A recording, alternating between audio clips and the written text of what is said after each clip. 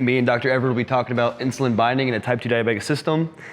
And fittingly enough, the first slide is our introduction, which Daniel kind of covered, but I'll go over it myself. So I'm originally from Stanton, Nebraska. It's a small town located up in northeast Nebraska. I grew up on a farm up there, and I came out to CSC in 2021, pursuing a pre-med degree. I was in the RHOP program. I actually graduated from that in 2024 in December, and since then I've been working on getting my MBA with a healthcare focus. While I finish up my 5th and final year of football, I plan on attending College of Medicine at UNMC in Omaha next fall, in the fall of 2026. And I'll let Dr. Evrard. So I feel fortunate to have come here because I got to move from a Midwestern state to a Midwestern state. That makes a big difference. So I got my Bachelor of Science at Indiana State University in 2007. But then there was a short break in there because for a while I was a Franciscan friar. And so after I left the Franciscans, I went down to the University of Louisville and completed a master's degree in computational chemistry in 2021.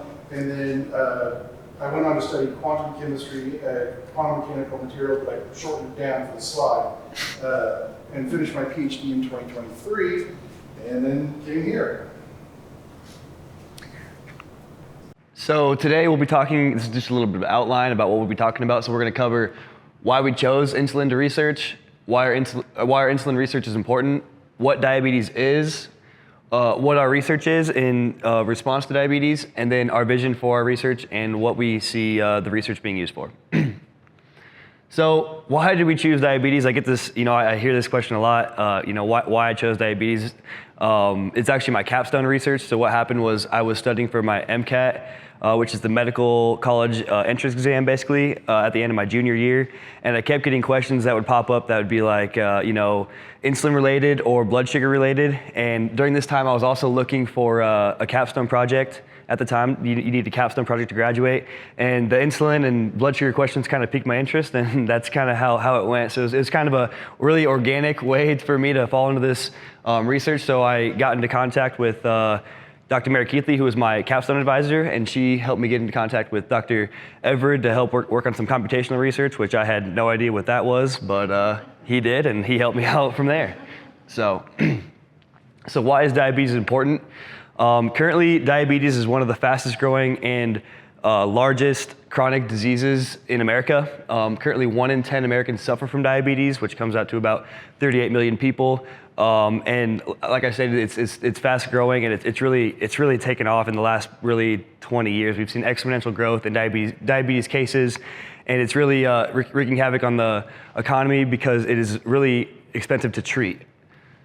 So in 2022, the United States healthcare system spent $413 billion to treat diabetes. Now, these costs are not just to treat diabetes in the sense of an insulin supply. This goes into, diabetes can cause a lot of major complications, other complications that you wouldn't even think of, and that's where this money is really coming from. So, you think of diabetes just getting treated with insulin, when actually there's diabetes is just the root of the problem, and it can cause several other issues down the road. So 1 in 5 healthcare dollars spent in the U.S. goes to diabetes treatment. So if you just think about that, that's 20% of the U.S. healthcare cost goes to diabetes patients. And this number is actually rising, is what we've been seeing, because the diabetes cases are rising, but also the major complications that the major health complications that diabetes is causing are also on the rise. So as in 2022, or from 2017 to 2022, we saw a 7% increase in cost to treat diabetes. And like I kind of explained, it's really due to the major complications that come with diabetes, which we'll talk about in a little bit. But it's really important that we as a society see this risk and try to mitigate it, because the people battling diabetes right now are really seeing the costs, as well as the entire U.S. healthcare system. And it's really, like I said, wreaking havoc on the system, the taxpayers, the healthcare system in general. So what is diabetes? So Diabetes is a chronic condition where the body cannot regulate blood sugar levels.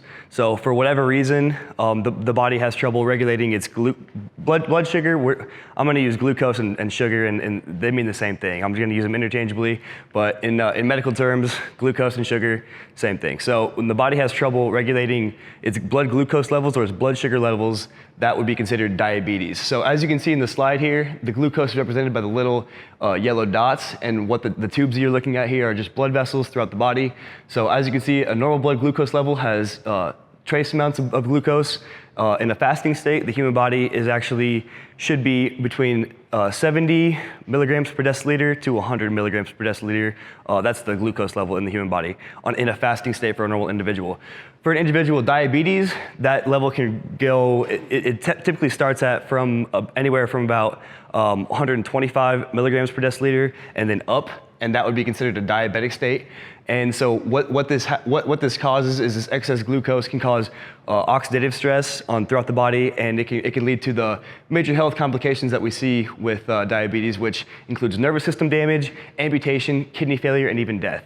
And like we discussed earlier, this is really where the high cost of diabetes treatment comes from, not necessarily just the insulin cost. So as you can see, diabetes is a major thing that we really need to get tackled. So we talked a little bit about diabetes and it's our inability, if you have diabetes, your inability to regulate blood glucose levels. And so how the blood glucose regulation system in the human body works is it's actually a fairly complex process. And how it works is when you eat food, your stomach's gonna break that down, and then it's gonna produce glucose, which gets sent into your blood system. So once this glucose is in your blood system, it's traveling throughout your body, just like in the tubes we saw on the previous slide. It's traveling throughout your body, and it's gonna signal your pancreas, which is an organ pretty close to your stomach. It's gonna signal your pancreas to produce insulin. So your pancreas contains these little beta cells, what they're called. They're called beta cells, and when beta cells get signaled, they're going to produce insulin and excrete it into the bloodstream. When this insulin finds the bloodstream, it's going to travel throughout the body into muscle and fat tissues and bind to the muscle and fat tissues and tell the muscle and fat tissues, okay, I'm bound. Now you can uptake this glucose out of the blood system and use it for either energy right now or store it for fat for later. So as you can see by this diagram, the pancreas contains the beta cells, and these beta cells are secreting the insulin. Once they're told to by the glucose in the system, the insulin is going to find its way into the blood vessels, travel throughout the body, and make its way into the tyrosine kinase receptor on muscle and fat cells, bind to it, and allow for the uptake of glucose. As we can see in I'll go back. Didn't mean to hit that. As we can see in this diagram. So for diabetes, there's actually two types of diabetes, really creatively named type 1 and type 2. And we'll talk about type 1 here first. So type 1 diabetes is actually genetic. It's inherited. It comes from a gene mutation. And what happens in type 1 diabetes is it's an autoimmune reaction. So an autoimmune reaction means basically that some part of your body is attacking another part of your body.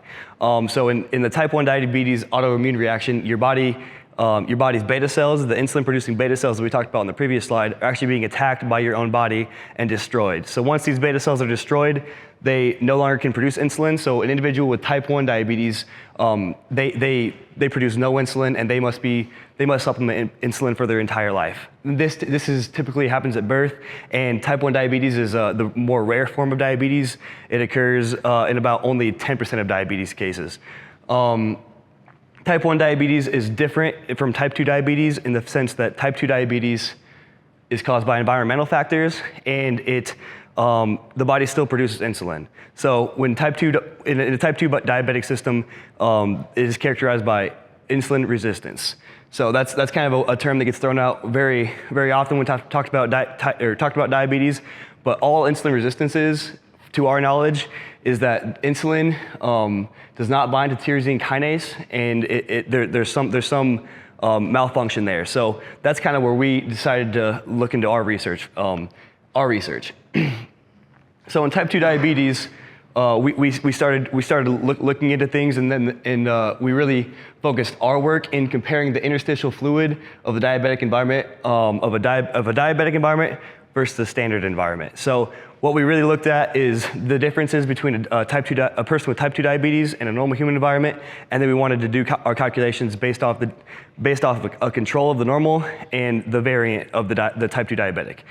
So based off our research and based off the research we found was that we basically found a lot of I suppose articles, other research that said that a type 2 diabetic environment is actually very, very much more acidic than a normal human environment. And we actually found research that the interstitial fluid, as seen up here, went from 7.4, that's a mean average, that's an average, in a normal human environment to 6.5, I believe was the numbers in a type 2 diabetic environment. So significantly more acidic, and we structured our research around that. So what we looked at is the interstitial fluid here is, as you can see, the intravascular fluid, which is just a blood vessel, the red thing on the right. What happens is the insulin's coming through there and it's making its way through the interstitial fluid to bind to the cells on the left. The cells are just the ovals with blue dots in there. Those are the nucleuses of the cells. So we really wanted to see what's happening to this insulin molecule as it makes its way from the intravascular fluid through the interstitial fluid to the cells. So what changes are occurring to the molecule to make, in a type 2 diabetic system, to make it not bind correctly to its tyrosine kinase receptor. So as we looked into this, we found some significant findings, and I'll let kind of Dr. Evrard take over from here. All right. So, any of you who have done science, you know one of the first things you do is you come up with a hypothesis. Sutton's been explaining that. Our hypothesis, much like most of the medical community and the articles that you read, are, well, the insulin's just not really going to work. It's not going to bind or communicate with the receptor. So, okay, we start looking into that, and the problem with hypotheses and the problem with ours is we were completely wrong. So let's talk about why we were wrong. And this is where you start to really see how extreme the diabetic environment is. So, talking about, the blood, of course, is what we know as a buffer solution. So the blood does a really good job at saying, you know, I'm not really going to allow you to change the pH of the system all that much. I'm going to keep predominantly working the way I'm supposed to. But this interstitial fluid, which is outside the bloodstream, right next to where the cells are, doesn't really have that same kind of protection. And what the research articles we were finding was showing is that the pH of the interstitial fluid can drop, the blood will get to maybe about a 7.3. But the interstitial fluid will drop to 6.7 to 6.5. You're looking at about 133% increase in proton concentration right there at the cell. Okay, so that's how we model our system. The first thing we wanted to do is we wanted to say, okay, let's take an insulin molecule. This mess here, this is the alpha chain of an insulin molecule. Now, we did have to limit ourselves to the alpha chain of insulin because one of the things you find about when you're doing computational chemistry is these programs that we use to calculate the wave function of a molecule, the entire insulin molecule produces somewhere around 16,000 couple of differential equations. We just don't yet have the computational power to do that. So we cut it down and we said, well, we can see what happens to a single chain, and that's going to give us a good idea of what's happening to the entire molecule. So this is your alpha chain of a healthy insulin. So we calculate it optimizes. It gives us a wave function for this molecule, and it tells us where the electrons are and what they're going to do.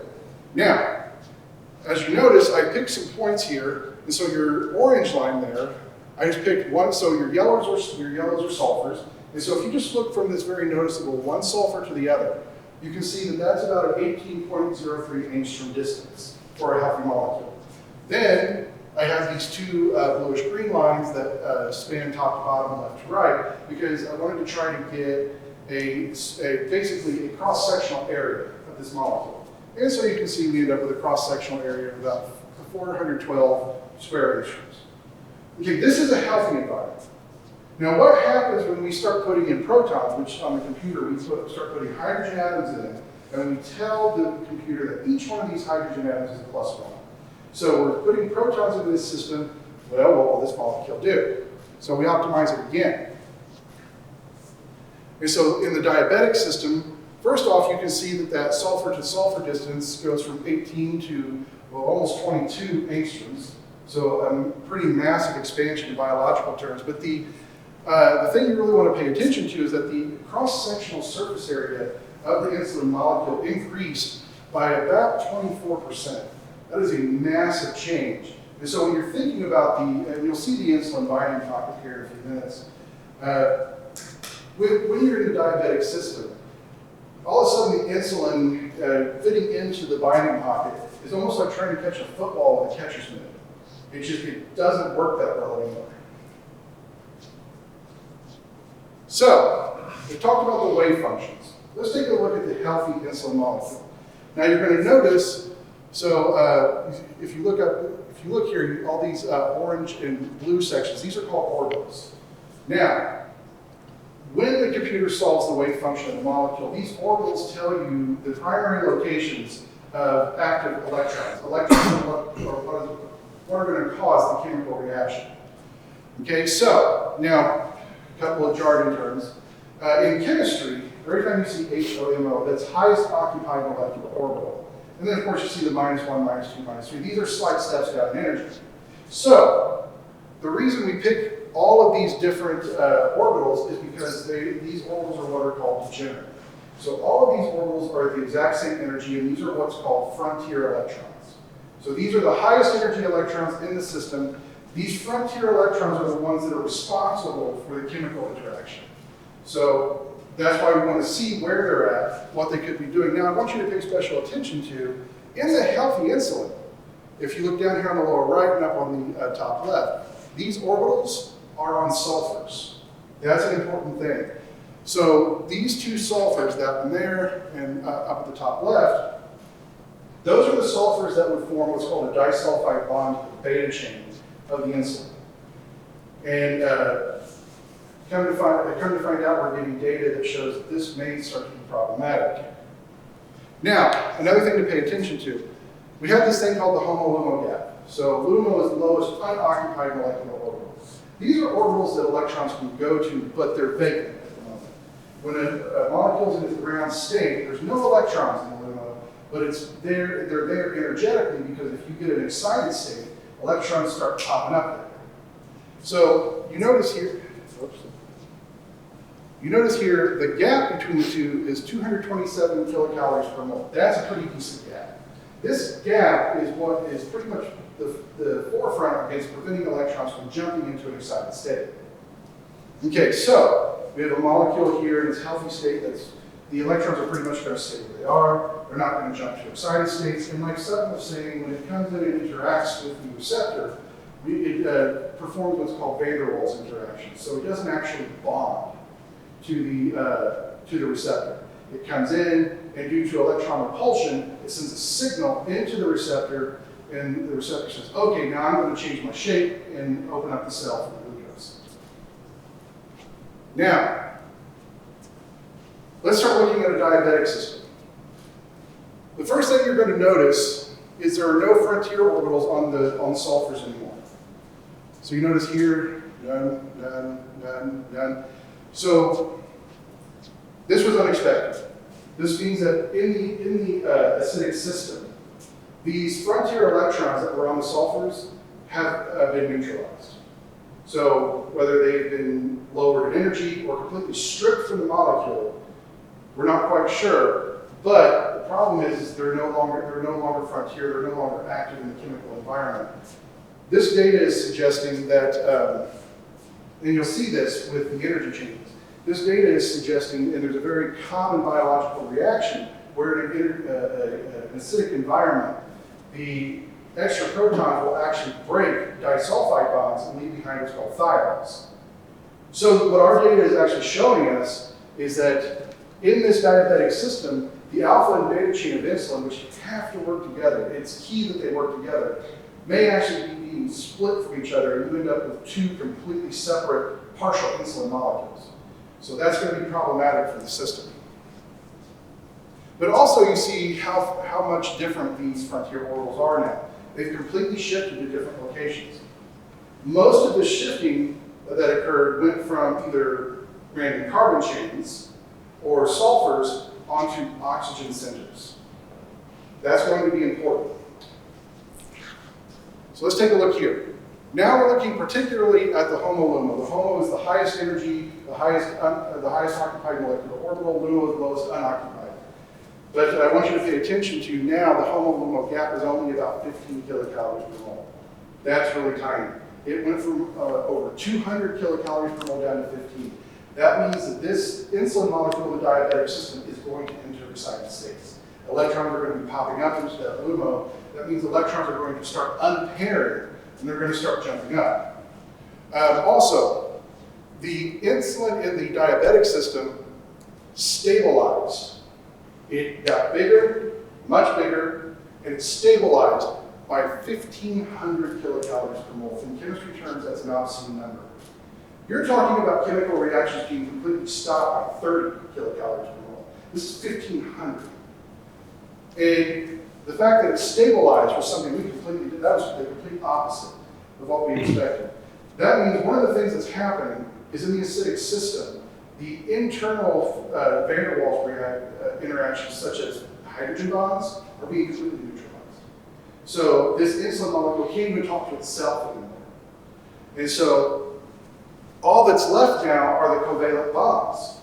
And so you're getting this stabilization reaction with electrons actually starting to be able to cross that HOMO-LUMO gap into an excited state, in particular, where frontier orbitals have shifted to oxygen centers.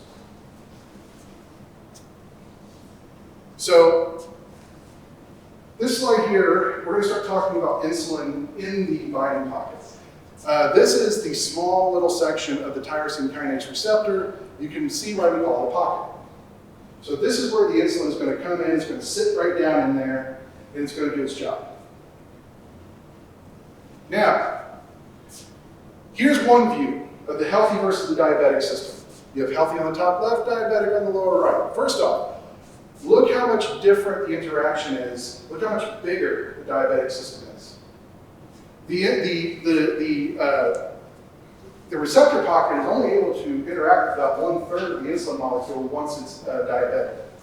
Now, we got an even bigger number this time. So when you run the wave function for the healthy system and the wave function for the diabetic system, when it's actually in the pocket, you get a stabilization of almost 2,000 kilocalories per mole. So when you pair that with the fact that we're getting massive stabilization, we very clearly are going to have electrons jumping into the excited state. What's happening here is instead of what we believe is happening, is instead of non-covalent interactions causing the receptor to change its shape, we are now getting full-on covalent reactions, where this molecule is now actually binding. And more than that, I said that these frontier orbitals are shifting to oxygen centers. Well, one of the primary constituents in organic and biological systems is when you have an oxygen center with excited electrons, and you have a structure that has a bunch of ring structures in it, such as what would be in the receptor. That is like a pitcher and catcher's mitt for electron transfer. So we're looking at a system here that is going to start firing electrons like a Gatling gun from the insulin into the receptor. So you want to talk about a receptor that loses its ability to do what it's supposed to do. You want to talk about receptor fatigue. This is more than fatigue. What this suggests is that if the insulin starts firing electrons into the receptor itself, completely changes the electronic landscape of the receptor, to the point where now the receptor is not just fatigued, it won't work again, period, unless we find a way to reoxidize the receptor. So this is a good deal more than just your standard fatigue. So here's another view of the healthy versus the diabetic system. So again, this is a more front-on view, so take the one you just saw and kind of rotate it to the side. And again, you can see the healthy one, and you can see behind the healthy one all that receptor molecule that's actually working with the insulin. But look here, the diabetic one extends way beyond the pocket. So again, so much of the insulin molecule is not going to be working with the receptor. Now, here's something we work with called electron correlation. Electron correlation is a measure of how much the electrons are talking to each other in a molecule. The electron correlation in the diabetic system went up by 126 kilocalories per mole. It increased by an astronomical amount. That means not only is the insulin still talking to the receptor, it's doing so at a much higher rate, which again suggests covalent interactions and full-on particle transfer. So these are results that we never expected. We expected it to be what was in the articles, it's just not talking. And we would see energies go way down, like we would see destabilization, but we're not, we're seeing the exact opposite. So, our conclusions are pretty much just what we've been saying.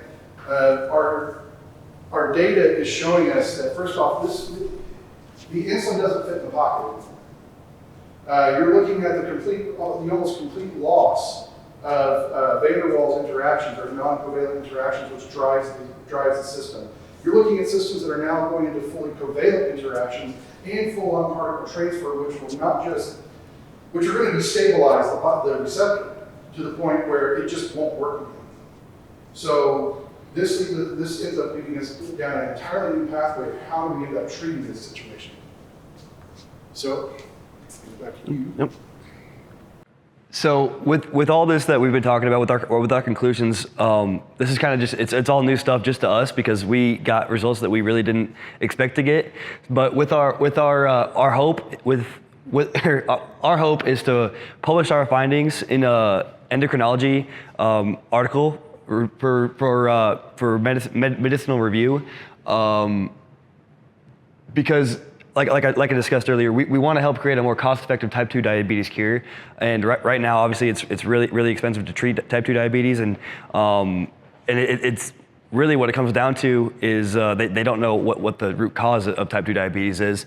And what they're doing now is they're just pumping more insulin into the system, hoping that helps treat the type 2 diabetic patient. And that's really not getting down to the root cause. So what our research is kind of finding out what's truly going on in there. And through computational chemistry, and Dr. E, he's done a really good job. I didn't know literally anything about computational chemistry, but he's been a great mentor to me, and we're figuring our stuff out. So we want to get our work published within the next, soon. We don't want to set a date, but soon, so that way the drug manufacturers and people higher up than us can help create a more cost-effective way to treat type 2 diabetes.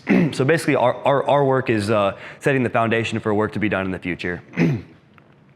And we actually we went to the NSF EPSCoR conference in Omaha. It's a national conference for stimulated competitive research, and this is actually in Omaha. We were lucky enough to be invited last fall, and we got some of the ideas that we've been talking about today from this conference, and it was a great opportunity to share some of our initial research and then also gain more insight into, look down this path, and it's kind of helped us get to the conclusions we got to today. So we wanted to put that in there, and it's actually pretty cool. Being from Chadron State College, there's a national conference, so there's schools from all over, and actually just on our aisle, it was West Virginia University, Louisiana State University, or LSU, and then good old Chadron State. So that was pretty cool for us to go and talk with those guys, and we learned a lot and had a pretty good time. So we also want to acknowledge the following.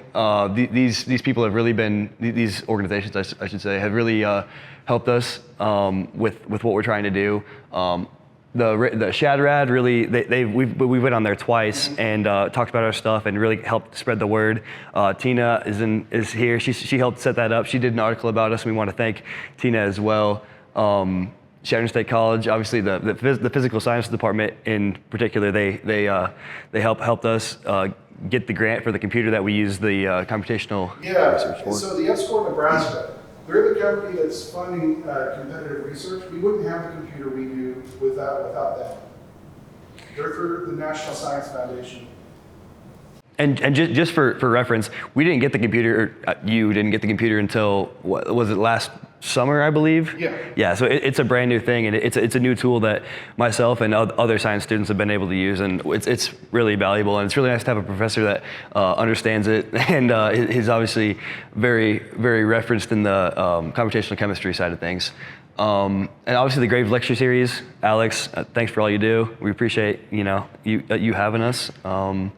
But other than that, and I know we're probably missing people too, so I don't want to leave anyone out, but there's a lot of people to thank, so we're really appreciative of everyone here at Chadron State. So, all right, here's our references, And finally, are there any questions?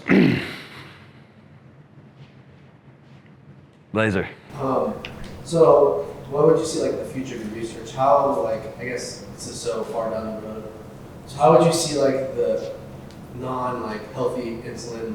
How would, like, what kind of solution would you think would unbind it from those receptors? Or I don't know, it's a regenerating receptor problem, or is it just finding a way to unbind that, like the unhealthy insulin from the receptors that's going to fix the problem? Like I said, we haven't really talked about this, but I think one thing we did talk about today, or earlier today, was that when insulin actually binds to these receptors, it's not only, it's not only stopping their receptiveness, I suppose, their receptor for a short period of time, but it's actually killing the receptor and damaging it beyond repair. So unless there's a system in the human body, which we're not aware of, that repairs these receptors are actually going to go into basically a mode where they can't tell the cell to uptake glucose, which basically would render the cell, it'd have to find energy in other ways. So It leads to the development of new therapies. So first off,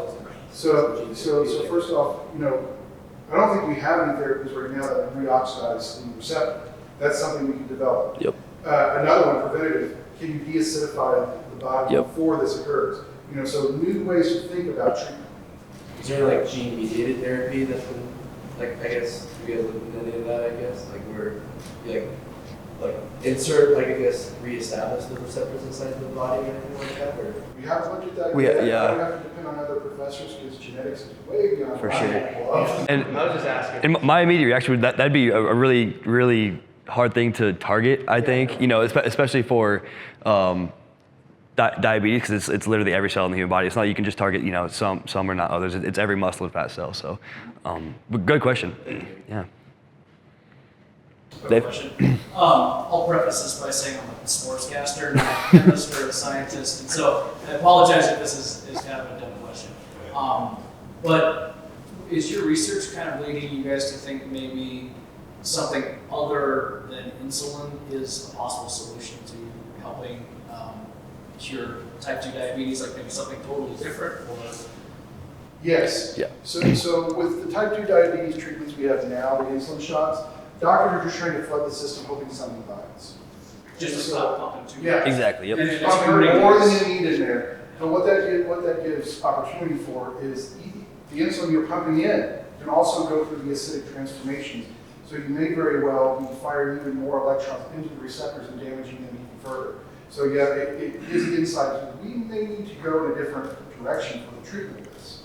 Yeah, so the treatment's actually doing damage. It Could be, yeah. Could be, yeah. It could, we don't know, but it could be, yes.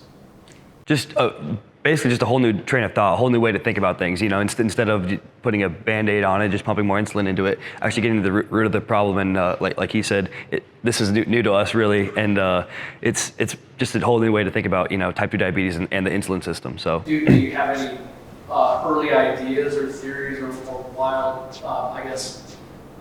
hypothesis on what that other thing might be or that new cure could be? I mean, you're really early in this, but Well, for me, I always think about alkaline treatments, which Yep. are going to be basic. So a couple of things that we can try to attack beforehand is, first off, deacidify the interstitial fluid. Yep. Can we develop a way to target that fluid only? Something that we want to research, we haven't even gotten to yet, is called the proton gradient. That affects how the cell communicates across the membrane. If that gets thrown off too far, for example, the receptor, instead of sending a signal through, can start to act as a diode and actually deflect signals.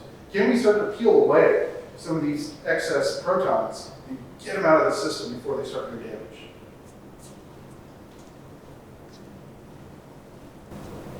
The status of your manuscript, is it submitted, is it in the? Oh, no. No.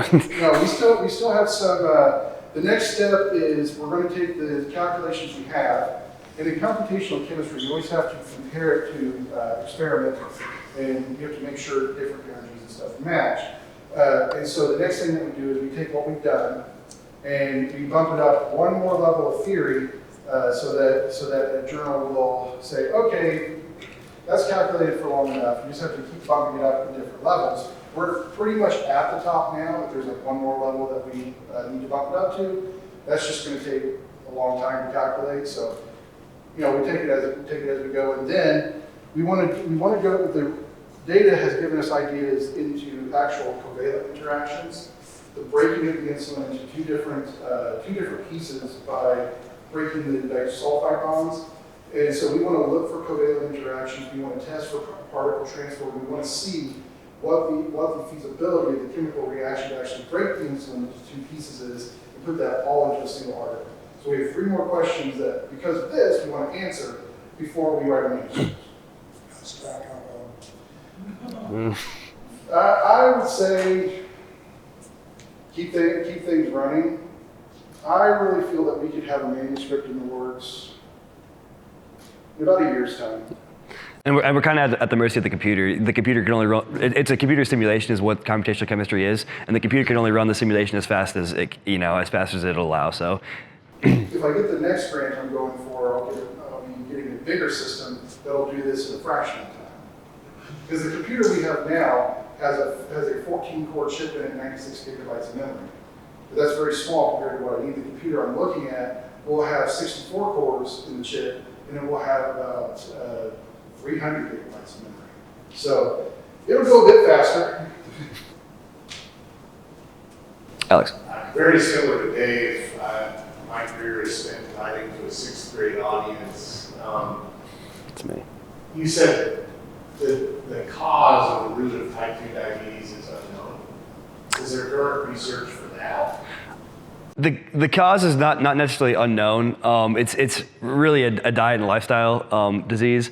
There are certain genetic dispositions that maybe can determine if an individual is going to be more likely to susceptible to the disease, but it's really a diet and a lifestyle thing. It comes on over time. It's not genetic. It's basically like I said. It's due to insulin resistance, which is basically the research shows that insulin becomes resistant to the tyrosine kinase due to just having too much insulin in the system at a time, and that comes from having too much glucose in the system at a time. Because without glucose, there will be no insulin, and so that's how it becomes resistant. So, and in all fairness to Sutton, what you were talking about earlier, all of the articles they all agree on the fact that this is an acidification of the system. So too much acid, too many protons. But all the doctors who write these different articles, they all have different ideas on how this acidification happens. And so they're trying to really nail down how does the system become this acidic. Then I have a follow-up question for you, Sutton. And you said at the beginning that you plan to enroll in the fall. Yep. In medical school. Has this kind of changed your outlook on what your future career might be? That's a great question. Honestly, I had no idea what an endocrinologist did, but after we started with this study, I went and shadowed one in Norfolk, where I'm from, and I'll be honest, I didn't have a whole lot of fun. So I don't think I want to be an endocrinologist. So this stuff is really interesting. I like looking at stuff on a molecular level, but the clinical hours of an endocrinologist, I don't think that's lifestyle for me. So I don't think I'll be an endocrinologist. Great question.